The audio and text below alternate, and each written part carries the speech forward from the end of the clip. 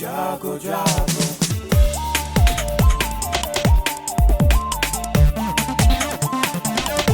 Radio जागो जागो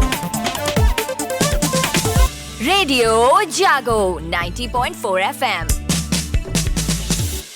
नमस्कार, ये रेडियो जागो 90.4 FM है।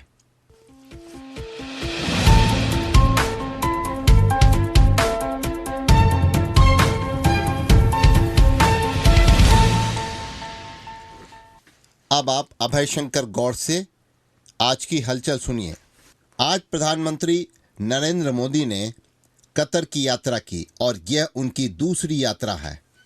इससे पहले वो 2016 में दोहा पहुंचे थे और दोनों देशों के बीच इस वक्त करीब 20 अरब डॉलर का कारोबार होता है। कतर में करीब 8 लाख भारतीय रहते हैं और वो यहाँ के विकास में अहम रोल अदा कर रहे हैं। कतर के एयरपोर्ट से निकलने के बाद प्रधानमंत्री नरेंद्र मोदी ने कतर के प्रधानमंत्री और विदेश मंत्री शेख मोहम्मद बिन अब्दुल रहमान अल थानी के साथ बैठक भी की। इस दौरान भारत कतर के बीच व्यापार, निवेश, ऊर्जा और वित्त क्षेत्रों में विस्तार पर चर्चा की थी। दोनों के साथ डिनर पर दोनों के बीच व्यापारिक समझौते को लेकर के बातचीत हुई। दोनों नेताओं ने स्पेस टेक्नोलॉजी में सहभागिता बढ़ाने पर चर्चा की और अल थानी ने प्रधानमंत्री नरेंद्र मोदी के लिए एक भव्य लंच का भी आयोजन इस अवसर पर किया। भारत के विदेश मंत्रालय के अनुसार भारत और कतर के बीच व्यापार अब बढ़कर 20 अरब डॉलर यानी 1.66 डॉलर करोड़ के पार पहुंच चुका है। प्रधानमंत्री नरेंद्र मोदी कतर के अमीर यानी शासक शेख तमीर बिन हमाद अल थानी से मिलने पहुंचे और उनका सेरेमोनियल वेलकम हुआ। दोनों नेताओं ने द्विपक्षीय और वैश्विक मुद्दों पर चर्चा भी की। इस दौरान भारतीय नौसैनिकों को रिहा करने के लिए प्रधानमंत्री नरेंद्र मोदी ने अल थानी को धन्यवाद भी दिया। प्रधानमंत्री नरेंद्र मोदी ने उन्हें भारत आने का न्योता भी दिया। हाल ही में कतर ने भारत के 8 पूर्व नौसैनिकों को जेल से रिहा किया था। इन्हें कथित तौर पर जासूसी के आरोप में सजाए मौत की सजा सुनाई गई थी। बाद में यह सजा कैद में तब्दील कर दी गई थी, लेकिन 12 फरवरी को विदेश सचिव विनय क्वात्रा ने प्रेस कॉन्फ्रेंस में बताया था कि कतर में भारत के पूर्व सैनिकों के मामले पर प्रधानमंत्री खुद नजर रखे हुए हैं और कतर की तरफ से उठाए गए कदम के लिए उन्होंने उनको शुक्रगुजार भी ठहराया। आपको बताते चलते हैं कि भारतीयों से आज प्रधानमंत्री नरेंद्र मोदी ने कतर में मुलाकात भी की।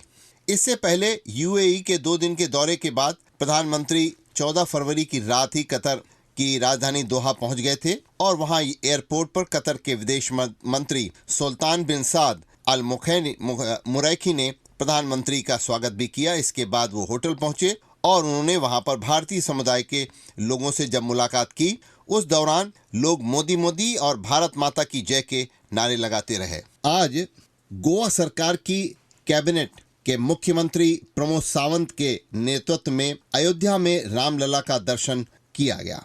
इस दल में कुल 51 सदस्य आज शामिल रहे और गोवा के मुख्यमंत्री प्रमोद सावंत ने इस अवसर पर कहा कि राम मंदिर आंदोलन में वो 2 बार कार सेवा कर चुके हैं और आज पूरी कैबिनेट के साथ अयोध्या आने को उन्होंने अपना सौभाग्य बताया। उन्होंने कहा कि यहाँ आकर उनको बहुत अच्छा लग रहा है। रामलला की प्राण प्रतिष्ठा के दिन 12 जनवरी को पूरे गोवा के हर गांव अयोध्या बन गया था और उनका गोवा पूरा प्रदेश राममय था।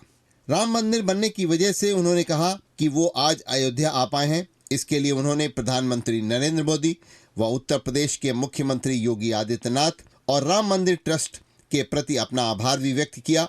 उन्होंने कहा अयोध्या का राम मंदिर मात्र मंदिर नहीं है बल्कि राष्ट्र मंदिर है।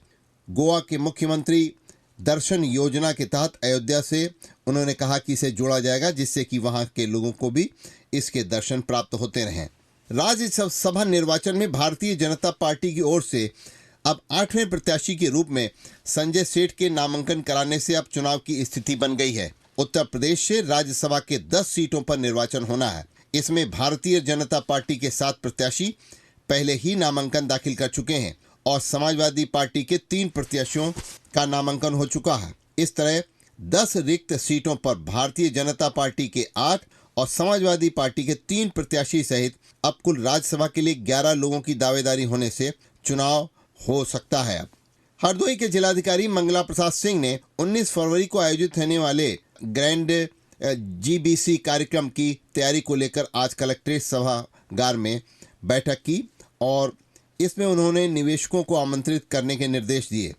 जिलाधिकारी ने कहा कि कार्यक्रम का आयोजन विधानसभा स्तर पर भी किया जाएगा और सभी स्थानों पर होने वाले कार्यक्रम की सभी तैयारियां समय से पूर्ण कर ली जाएं एवं जनप्रतिनिधियों को विभिन्न कार्यक्रमों के लिए आमंत्रित भी किया जाए। जिलाधिकारी ने कार्यक्रम स्थल पर विभिन्न विभागों के स्टॉल लगवाए जाने के निर्देश दिए। बैठक में मुख्य विकास अधिकारी व संबंधित अधिकारी भी उपस्थित रहे।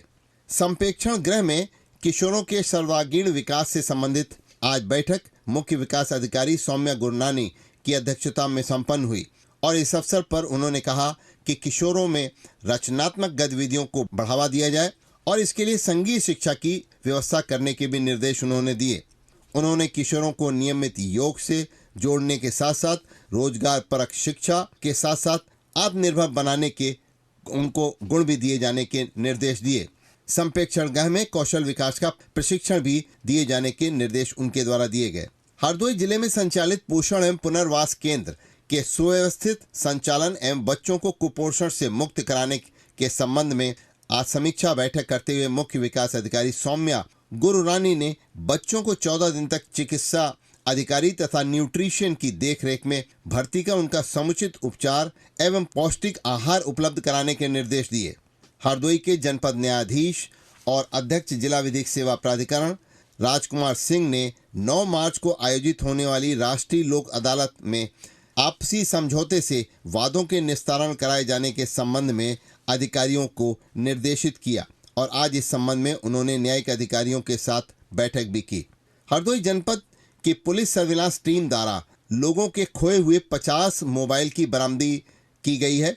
आज पुलिस अधीक्षक केशव चंद्र गोस्वामी ने इस बड़े स्तर पर मोबाइल बरामद किए जाने को पुलिस टीम की सक्रियता बताया और उन्होंने बरामद हुए 50 मोबाइल की अनुमानित कीमत 10 लाख रुपए भी बताई।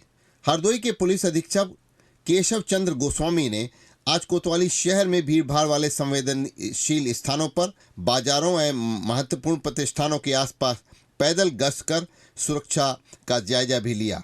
भारतीय जनता पार्टी हरदोई के जिला कार्यालय पर लाभार्थी संपर्क अभियान लोकसभा कार्यशाला का आयोजन जिलाध्यक्ष अजीत सिंह बब्बन की अध्यक्षता में हुआ और सम्राट सुहेल देव राजभर महाराज की जयंती सुभाषपा के राष्ट्रीय प्रवक्ता सुनील अर्कवंशी के आवास पर आज मनाई गई।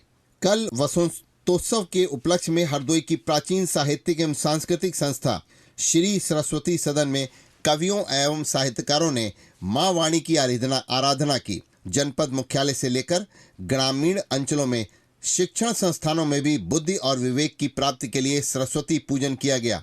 हरपालपुर स्थित ज्ञान स्थली विद्यालय में नवोदित बच्चों के पाठशाला प्रवेश के पूर्व विद्यारंभ समारोह में पाटी पूजन कार्यक्रम हुआ।